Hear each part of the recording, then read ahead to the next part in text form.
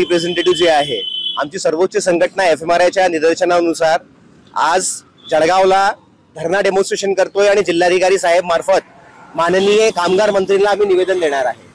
त्या निवेदनाचा उद्देश असा आहे आणि धरण्याचा उद्देश असा आहे की या देशामध्ये जे फार्मास्युटिकल कंपनीज आहे बहुराष्ट्रीय आणि आपले जे नॅशनल फार्मास्युटिकल कंपनीज आहे वेगवेगळ्या, या सगळ्या मेडिकल रिप्रेझेंटेटिव्हला कटणी छटणीचं काम सध्याच्या पिरियडमध्ये भरपूर चालू आहे। बरेचशा मेडिकल रिप्रेझेंटेटिव्हचा जॉब जातो, त्यांना टर्मिनेट करता इलिगल तरीक्याने।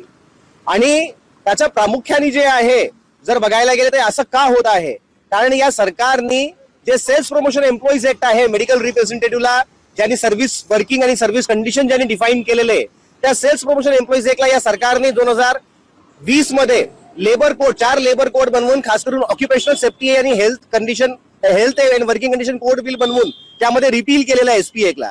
एसपी एक मेडिकल रिप्रेझेंटेटिव्ह हक्कातून आम्ही भांडण करून मिळवलेलं आहे। त्यामुळे हे खटणी छटणी भरपूर या सध्याच्या परिस्थितीमध्ये चालू आहे।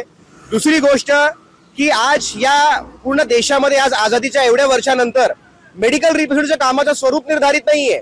त्यामुळे जे फार्मास्युटिकल कंपनीज आहेत ते मेडिकल रिप्रेझेंटेटिव्हला कोणत्याही प्रकारचं काम सांगताय। तुम्हाला माहिती असेल की वेगवेगळ्या प्रकारचे कॅम्प करणार, जे पेशंटला प्रिक करतात, डायबिटीज कॅम्प करतात, हायपरटेन्शन कॅम्प करतात मेडिकल रिप्रेझेंटेटिव्ह डॉक्टरांकडे, किंवा ऑनलाईन मीटिंग्स किंवा वेगवेगळे काम असो, हा मेडिकल रिप्रेझेंटेटिव्हचा जॉब नसून फार्मास्युटिकल इंडस्ट्री, कारण स्टॅच्युटरी वर्किंग रूल्स डिफाईन नाहीये। त्यामुळे हे दादागिरी त्यांची चालू आहे। 2017 मध्ये ऑगस्ट 2017 मध्ये एक ट्रायपार्टेट कमिटी झाली होती। त्या ट्रायपार्टेट कमिटीमध्ये आमची union fMRI, central मिनिस्ट्रीतर्फे labour minister होते आणि इंडस्ट्रीचं रिप्रेझेंटेशन होतं। त्यामध्ये ठरवण्यात आलं की मेडिकल रिप्रेझेंटेटिव्हला किंवा सेल्स प्रमोशन एम्प्लॉईजला स्टॅच्युटरी वर्किंग रूल्स देणार, त्याचा ड्राफ्ट सुद्धा फॉर्म्युलेट केला। त्याच्यामध्ये ऑब्जेक्शन आणि सूचना मागवले, ते आमच्या संघटनाने दिले। पण आज सुद्धा 2017 नंतर आजपर्यंत 2025 पर्यंत सरकारने ते डिक्लेअर केलेला नाहीये, ते दिलेला नाहीये। त्या व्यतिरिक्त जे आमच्या मेडिकल रिप्रेझेंटेटिव्हला सेल्स करता फार्मा कंपनीज भरपूर जबाबदार ठरवतात आणि त्यांना जॉब घेतला जातो किंवा त्यांना सुसाईड करायला भाग पाडतात। त्याकरता आम्ही डिमांड करतोय की सेक्शन 2J2B आहे आयडी ऍक्ट मध्ये, त्याचा इन्फोर्समेंट करावा।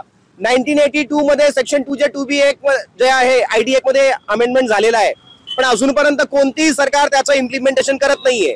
तो जर झाला तर सेल्स करता फक्त आमची एकट्याची जबाबदारी राहणार नाही। आणि लास्टली जे DGHS जे आहे, त्या DGHS ने रिसेंटली एक ऑर्डर इश्यू केलेला आहे की सेल्स प्रमोशन एम्प्लॉईजला सगळ्या गव्हर्नमेंट हॉस्पिटल CGHS हॉस्पिटलमध्ये एंट्री बॅन आहे। आमचा हक्क आहे काम करायचं, या कॉन्स्टिट्यूशन आम्हाला हक्क देतो की आम्ही आमच्या पोटपाणी करता, आमच्या लाईव्हलीहूड करता आम्ही काम करू शकतो। जर आमची एंट्री बॅन केली तर संविधानचं जे कॉन्स्टिट्यूशन आहे आपला किंवा कॉन्स्टिट्यूशनच्या आर्टिकलचे प्रोव्हिजन्स आहे त्याला या सरकार व्हायोलेट करते। त्यामुळे या 4 डिमांड करता आम्ही धरणा डेमॉन्स्ट्रेशन करतोय। या धरणा डेमॉन्स्ट्रेशन पूर्ण देशभरातले जे आमचे 400 शाखा आहे त्या ठिकाणी होणार आहे वेगवेगळ्या दिवसांमध्ये या पूर्ण ऑगस्ट महिन्यामध्ये।